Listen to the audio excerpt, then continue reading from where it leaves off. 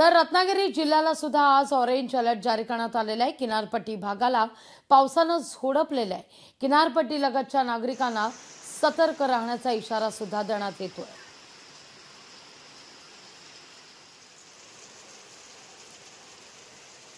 तर मुंबई, पुणे आणि कोकण अर्थात या सगळ्या ठिकाणी सर्वदूर आता राज्यात मान्सून सक्रिय झालेला आहे। त्यामुळे काल रात्रीपासूनच आपण जर पाहिलं तर पावसाचा अक्षरशः धुमशान या ठिकाणी सुरू आहे। मुंबई आणि आसपासच्या उपनगरातही दमदार पाऊस कोसळतोय। काल रात्रीपासूनच मुसळधार पावसाला सुरुवात झालेली आहे। तर या सगळ्याविषयी अधिक माहिती घेण्याकरता आपले प्रतिनिधी आपल्यासोबत जोडले जात आहेत। मुंबईचं अपडेट देण्याकरता आपल्यासोबत प्रतिनिधी चेतन ननावरे जोडले गेले आहेत। तिथं पुण्यात पश्चिम महाराष्ट्रात नेमकी काय परिस्थिती आहे अपडेट घेण्याकरता चंद्रशेखर भांगे आपल्यासोबत आहेत। तर कोकणात सध्या पावसाची काय सद्यस्थिती आहे जाणून घेऊया भारत गोरेगावकर यांच्याकडून। सुरुवातीला थेट जाते चेतन तुमच्याकडे येते। काल रात्रीपासूनच खरं तर मुंबई आणि आसपासच्या उपनगरात मुसळधार पाऊस कोसळतोय। 8 वाजत आलेले आहेत। अनेक मुंबईकर आता कार्यालय गाठण्याकरता बाहेर पडतील। ट्रेनची काय परिस्थिती आहे, वाहतूक काही मंदावली आहे का, काय सध्या परिस्थिती आहे मुंबई आणि आसपासच्या उपनगरात? निश्चित लागवी एकंदरीतच काल एकंदरीत हवामान विभागाने या संदर्भात तसा अलर्टही दिलेला होता। आज जरी येलो अलर्ट असला मुंबईसाठी, मात्र रत्नागिरी आणि रायगडमध्ये ज्या प्रकारचा ऑरेंज अलर्ट आहे तिकडे अतिमुसळधार पाऊस झाला तरी या ठिकाणी मुसळधार आणि रिमझिम पावसाची संततधार पाहायला मिळते। सकाळचे 8 वाजलेत लागवी, मात्र अद्यापही सूर्यदर्शन मुंबईकरांना काही होताना दिसत नाहीये आणि याचमुळे या अंधुक वातावरणामुळे कुठेतरी दृश्यमानाचा फटका मोठ्या प्रमाणात सहन करावा लागत आहे वाहन चालकांना। आणि म्हणूनच सकाळचे 8 वाजले तरीही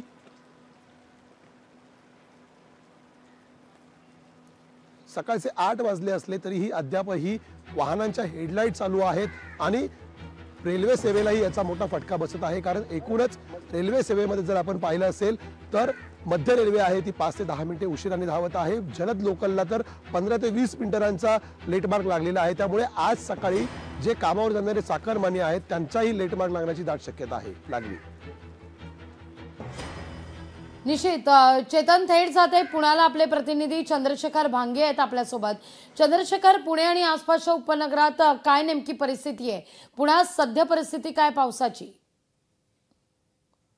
पहाटेपासून मुसळधार पावसाला सुरुवात झालेली आहे आणि या सगळ्या पावसामुळे रस्त्यावरती मोठ्या प्रमाणात पाणी जे आहे ते साचलेलं आहे। खरं तर अनेक ठिकाणी जे आहे ती वाहतुकीची कोंडी आपल्याला पाहायला मिळत आहे। पुण्यातील सगळ्या परिसरामध्ये मुसळधार पाऊस जो आहे तो पडत आहे।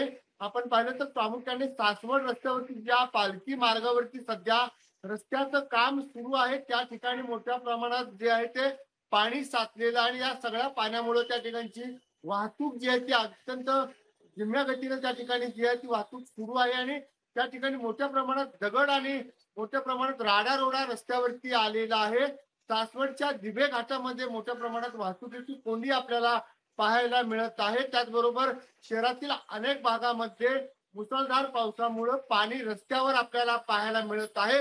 आज सकाळी ज्या मुलांना शाळेमध्ये जाण्यासाठी सकाळी जी मुलं शाळेत निघाली होती त्या मुलांना सुद्धा या सगळ्या पावसामुळे शाळेत पोहोचण्यासाठी उशीर झालेला आहे आणि मोठ्या प्रमाणात आपल्याला सगळ्या ठिकाणी वाहतुकीची कोंडी दिसत आहे। खरं तर संत तुकाराम महाराज आणि संत माऊली ज्ञानेश्वर माऊलींची पालखी जी आहे ती आज प्रस्थान होणार आहे। या सगळ्या पार्श्वभूमीवर राज्यभरातून लाखो वारकरी सध्या आळंदी आणि देहू या ठिकाणी दाखल झालेले आहेत। शेतकऱ्यांच्या पेरण्या झालेल्या आहेत। पावसाने शेतकऱ्यांना साथ दिलेल्या आहे। सगळ्या सुखामध्ये पेरण्या झाल्यानंतर सगळे वारकरी आता पुणे शहरातून जे आहे ते देहू आणि आळंदी या ठिकाणी जाणार आहेत आणि या सगळ्या पार्श्वभूमीवरती आपण पाहिलं तर सध्या मुसळधार पाऊस जो आहे तो पुण्यामध्ये पडत आहे।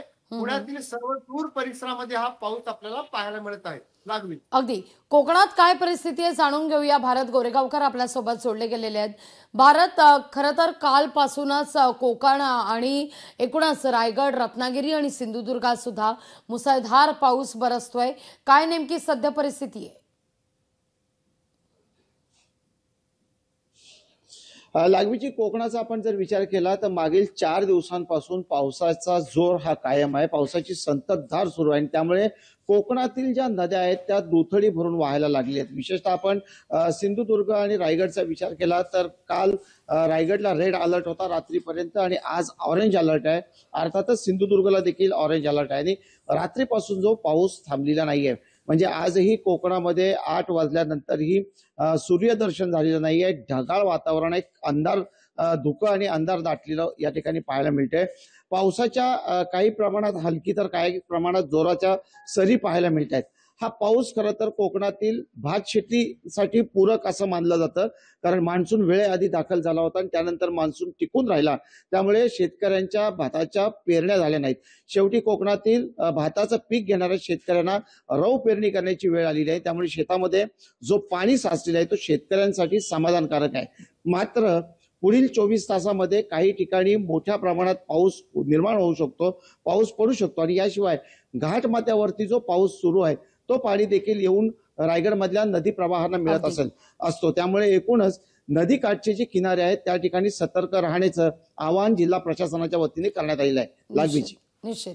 भारत, चेतन आणि अर्थातच चंद्रशेखर, तुमच्या तिघांचे सुद्धा आभार तुम्ही दिलेल्या या अपडेट संदर्भात. लोकशाही मराठी ऐका, पहा, जागरूक रहा.